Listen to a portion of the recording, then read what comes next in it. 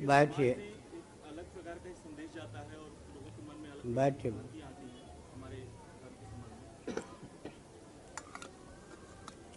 सुनिए, मेकाले की 5 कूटनीतियों को समझिए। पहले मेकाले की 5 कूटनीतियाँ थी, उन पर पानी फेरने की अपेक्षा उनमें 4 चांद लगाने का काम भारत के राजनीतिक दलों ने किया। पहले मेकाले की 5 कूटनीतियों को समझिए। अंग्रेजी में ए बी के बाद सी होता है।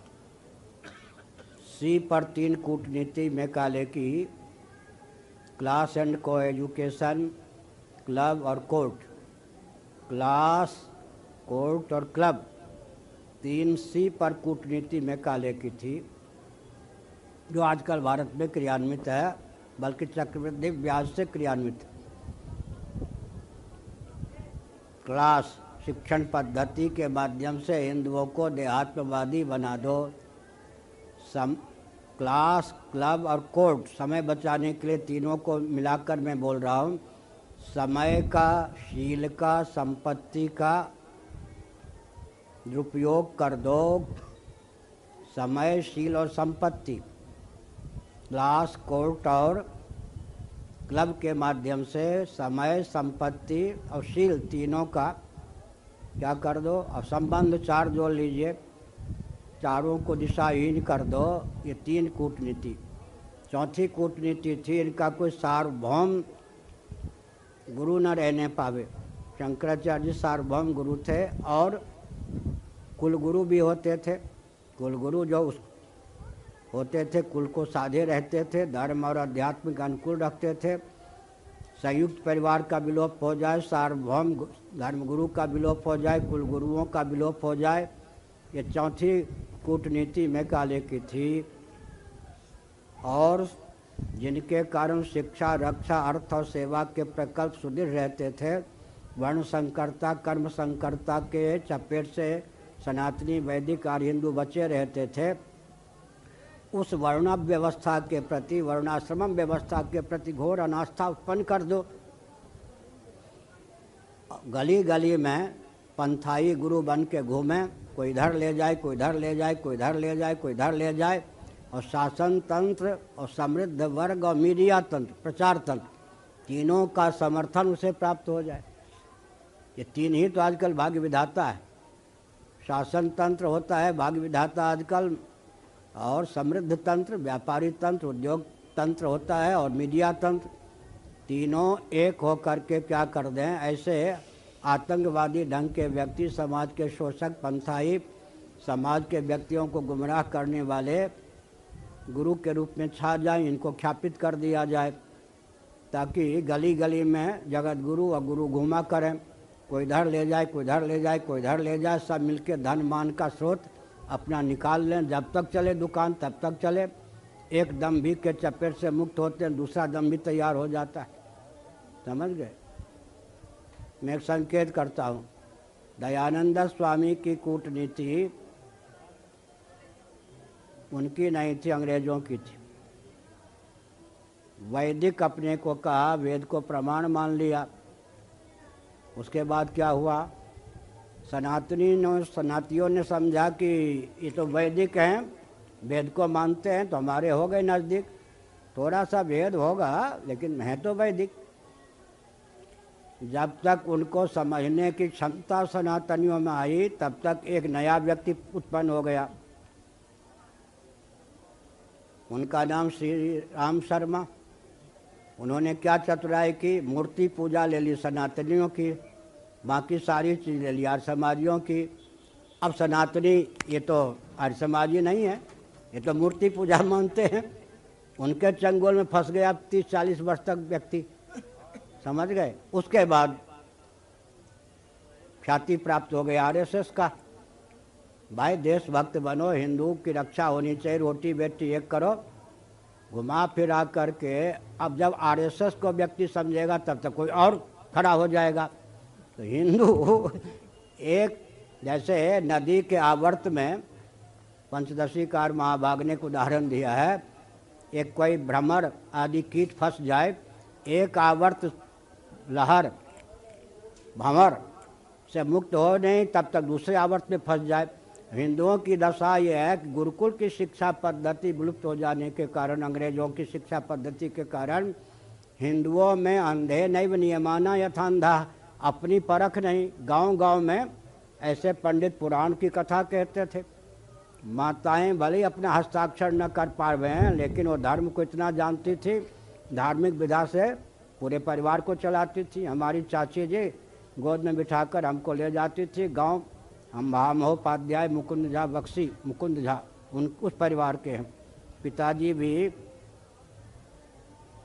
ब्राह्मण राजा मिथिला के, उनके यहाँ राजगुरु थे, राज पंडित थे। महामहोपाध्याय परिवार से संबंध है। तो गांव में 2500 संस्कृत के विद्वान थे, भागवत आदि की कथा कहते रहते थे। वो सब विलुप्त हो जाने के कारण हिंदुओं के हृदय में अपनी परख तो है ही नहीं। तो ये सब कूटनीतियाँ हैं। और एक आवर्त से, एक दंभी के चपेट से कोई मुक्त होता है तब तक दूसरा दंभी नया रूप धारण करके आ जाता है। क्या वो नया रूप धारण करके आ जाता है? जब तक उसको व्यक्ति 25-50 वर्ष में परख पाए तब तक कोई और नया रूप सामने आ जाता है। समझ गए? इसलिए ये सब समस्याएं हैं। समाधान क्या है? शासन तंत्र का शोधन, उसके बाद व्यास तंत्र पीठ का शोधन। एक व्यक्ति भी, कल हमने कहा था, शासन व्यासपीठ में विकृत होने से बचा है, 1-2 व्यक्ति भी। वहाँ तो कुमारिल भट्ट और शंकराचार्य दो ने सारा काम कर दिया। अभी व्यासपीठ जो आप कह रहे हैं ना, ये सब नकली अराजक तक दम्भी गुरु, ये सब इनको छेड़ने से काम नहीं चलेगा। इनका स्रोत कौन है? शासन तंत्र। अभी शासन तंत्र के शोधन का प्रकल्प चलाना चाहिए। उसके बाद में क्या होगा, हमारे अनुकूल जब शासन तंत्र होगा तो बाकी इन दम्भियों का काम 1-2 दिन में नहीं, 1 सप्ताह में तो हो ही जाएगा। 1 सप्ताह में ही हो जाएगा। हमने संकेत किया। जो भी आप समस्याएं रखेंगे उन पर हमारा ध्यान है उसके लिए। लेकिन हिंदुओं की बलिहारी खंडन न भी करें तो 1 करोड़ हिंदुओं में 1 हिंदू भी साथ नहीं देता। मैं धन किसी से मांगता नहीं, लेकिन किसी हिंदू का ये भी ध्यान नहीं जाता कि बालू भी आजकल खरीदने से बिकता है। ऐसे अभियान जहाँ से चलता है उसका ध्यान रखें ना। सब समझते यहाँ तक भरा होगा, हम मांगना जानते हैं, नहीं मांगेंगे क्यों? अन्नपूर्णा इष्ट देवी हैं, जगन्नाथ जी के धाम में रहते हैं। लेकिन हिंदू तो विवेकहीन है। अच्छा छोड़ दीजिए, 1 करोड़ हिंदू में बुढ़ापे में अवकाश प्राप्त हिंदू भी समाज के लिए या हम लोगों से जुड़कर 1 घंटा समय नहीं निकालते। रिटायर होने के बाद या तो घर में डोलची लेकर के क्या जाएगा सब्जी खरीदने, बेटे पोते, नहीं तो पोते आदि को लाड़ लड़ाएगा, या फिर क्या करेगा, नौकरी कर लेगा, फिर व्यापार कर लेगा। उस कौम की वर्ग की रक्षा कैसे हो जहाँ बुढ़ापे का समय भी अवकाश प्राप्त होने के बाद 10 साल व्यक्ति काम कर सकता है, अगर कोई कैंसर आदि की बीमारी नहीं है। 1 दिन भी लगाने के लिए हिंदू तैयार नहीं। अब आप देख लीजिए, यहाँ कांग्रेसी संत एक मंच पर बैठ जाते हैं, भाजपाई संत एक मंच पर बैठ जाते हैं, सपाई वाजपेयी बैठ जाते हैं, कबीरपंथी एक जगह बैठ जाते हैं। अब इनके अतिरिक्त कौन संत रह गए जो एक जगह बैठे? सब जगह कोई कुरान का तो पाठ नहीं हो रहा है, हरे कृष्ण हरे राम सीताराम सीताराम। लेकिन राष्ट्र के लिए कोई अभियान है? शासन तंत्र सोया हुआ है या नहीं? कल भी मैंने कहा कम से कम 2-3 किलोमीटर परिधि में ऐसा वातावरण होना चाहिए। यहाँ भरद्वाज जी रहते थे, याज्ञवल्क्य जी आते थे, धर्म और ब्रह्म की चर्चा होती थी। रामचरितमानस में भरद्वाज मुनि बसई प्रयागा। और फिर राजा जो थे जगह जगह के आते थे, इन संतों से ऋषियों से प्रेरणा लेकर शासन तंत्र चलाते थे। भारत में जो अन्य देशों के राजदूत हैं, कम से कम पड़ोसी राष्ट्रों में जो भारत के राजदूत हैं, उन सबको बुलाया जाए, वो अपने अपने राष्ट्र की, भारत की समस्या रखें, हम उनकी बात सुने, वो हमारी बात सुने। कितना लाभ हो सकता है? जो पार्लियामेंट आदि से लाभ नहीं हो सकता वो यहाँ से लाभ हो सकता है। सपा की सरकार गई, बसपा की सरकार गई, भाजपा की सरकार आ जा रही है, लेकिन किसी मुख्यमंत्री ने किसी ने कुछ सुना ही नहीं। यातना देने का कितना प्रयास किया गया सपा के शासन काल में, वो मुझे मालूम है। किसी शंकराचार्य का इतना अपमान तो नहीं हुआ होगा जितना अपमान हमारा आजम खां आदि ने आतंकवादियों से करवाया यहाँ पर, वो भी हमने सहा है। तो हमने संकेत किया सज्जनों, संकेत ये किया कि इसी में डमाडोल परिस्थिति में मार्ग निकालना है। एक बार मैं एकांत में बैठा था पुरी में, तो सोच रहा था कि बचपन से अब तक जब कुछ मैंने कदम उठाया है सब असंभव, तो ये तो महामूर्ख का लक्षण है या मनीषी का लक्षण, बीच वाले का लक्षण नहीं हो सकता। जो भी असंभव है उसी को मैंने कदम उठाया। और चरक संहिता आयुर्वेद का ग्रंथ है, 2 बार मेरा पढ़ा हुआ है, दार्शनिक ग्रंथ बहुत बढ़िया है चरक संहिता। दवा की बात भी है, उसमें लिखा है कि जो वैद्य चिकित्सक असाध्य रोगी को लेता है वो बदनाम होता है, इसलिए असाध्य रोगी को न ले, असाध्य रोग ठीक नहीं कर पाएगा, जिसको ये छूता है मर ही जाता है, बदनामी होगी। तो हमने सोचा हम तो सारा असाध्य काम ही लेते हैं। फिर भगवान का ध्यान करने पर लगा दूसरों के लिए जो असाध्य हो उसको जो असाध्य न समझे वही तो इतिहास की रचना करता है। हिरण्यकश्यपु का दमन औरों के लिए असाध्य था, नारद जी के लिए साध्य हो गया।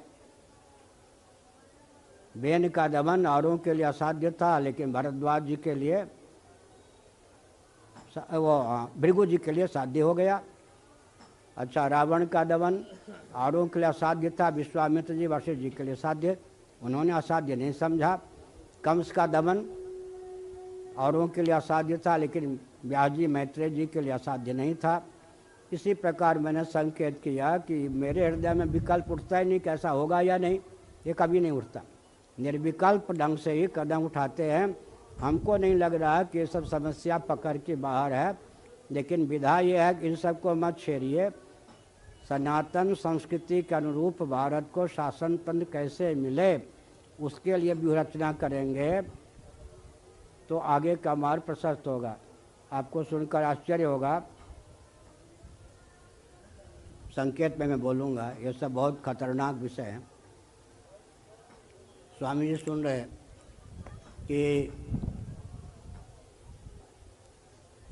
बौद्धों से उपलक्षण ईस्वी सन से 507 वर्ष पूर्व शंकराचार्य जी का प्रादुर्भाव हुआ, अकाट्य तथ्य है। उस समय विश्व में क्रिश्चियन क्या ईसा मसीह का जन्म भी नहीं हुआ था, मोहम्मद साहब का भी जन्म नहीं हुआ था, तब आदि शंकराचार्य जी का जन्म हुआ। उस समय मूर्ति भंजक कौन रहे होंगे आप संकेत में समझ सकते हैं। उनसे लोहा कम लेना पड़ा, सबसे ज़्यादा लोहा किनसे लेना पड़ा? हिंदुओं में जो कापालिक इत्यादि थे उनसे। उन्होंने शंकराचार्य जी के साथ 100-200 ब्राह्मण भी पीछे लगे रहते थे, चलते थे। एक मोर्चे पर सुधन्वा जी गए निपटने, तो दूसरे मोर्चे पर कापालिकों ने क्या किया, हमला कर दिया ब्राह्मणों को गाजर मूली की तरह। तब भगवान शंकराचार्य ने हुंकार के द्वारा उन सबको भस्म कर दिया। शंकराचार्य के मार्ग में मूर्ति भंजकों ने उतना विघ्न नहीं डाला जैसे जड़ भरत के मार्ग में कापालिक था या नहीं, भैरव जी की उपासना करने, भैरव आदि के उपासकों ने जितना विघ्न डाला उतना विघ्न मार काट, उनके पास सैनिक भी, समझ गए, भैरव के उपासकों के पास सैनिक भी होते थे। सबसे ज़्यादा लोहा लेना पड़ा घर के व्यक्तियों से। ध्यान गया, कापालिक वो तो मूर्ति पूजक थे, बलि नरबलि के भी पक्षधर थे। तो हमने कहा जो जो घाटियाँ आती हैं वो हमें मालूम है, लेकिन अभी इन सब बाबाओं की ओर मत ध्यान दीजिए। शासन तंत्र के शोधन के लिए हमने राजनीति की स्वस्थ परिभाषा वेदादि शास्त्र सम्मत विधा से दी है। सुसंस्कृत, सुशिक्षित, सुरक्षित, संपन्न, सेवापरायण, स्वस्थ, सर्वहितप्रद व्यक्ति और समाज की संरचना।